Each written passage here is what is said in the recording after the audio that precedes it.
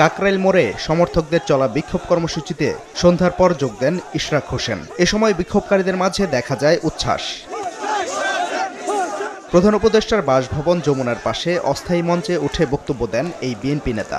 বলেন, বিচার বিভাগকে প্রভাবিত ও নির্বাচন কমিশনকে জিম্মি করার চেষ্টা চলছে। শুধু মেয়র পদে একজন ব্যক্তির দায়িত্ব বুঝে নেওয়া নয়, এই কর্মসূচি ডিসেম্বরে জাতীয় সংসদ নির্বাচন হবে কিনা সেটি নির্ধারণ করবে বলেও উল্লেখ করেন তিনি। পদত্যাগ দাবি করেন দুই উপদেষ্টা আসিফ মাহমুদ সজীব ভুইয়া ও মাহফুজ আলমের। এক ব্যক্তির ক্ষমতা অথবা কোনো একটি পদের জন্য লড়াই নয়, আজকের এই লড়াইটি নির্ধারণ করে দিবে যে এই বছর ডিসেম্বর মাসের মধ্যে একটি জনগণের সরকার প্রতিষ্ঠা হবে। বিচার বিভাগের উপরে হস্তক্ষেপ করা হয়েছে রায় প্রদানের সময়। নির্বাচন কমিশনকে এক প্রকার জিম্মি করার চেষ্টা করা আজকে হয়েছে, আপনারা দেখেছেন।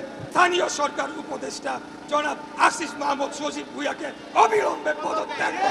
ইশরাককে ঢাকা দক্ষিণ সিটি কর্পোরেশনের মেয়রের দায়িত্ব বুঝিয়ে দেওয়ার দাবিতে সন্ধ্যার দিকে বৃষ্টি উপেক্ষা করেই অবস্থান কর্মসূচি পালন করেন সমর্থকরা। দাবি আদায় না হওয়া পর্যন্ত রাজপথে থাকারও ঘোষণা তাদের। আমাদের মেয়রকে আমাদের নগর ভবনে মেয়র হিসেবে মনোনয়ন বসানো না পর্যন্ত আমরা আজকে রাত থেকে আমাদের কোর্টের রায় পর্যন্ত আমরা রাজপথে আছি, থাকবো ইনশাল্লাহ। আমাদের আছে ক্ষমতা আর ইশরাকের আছে জনতা।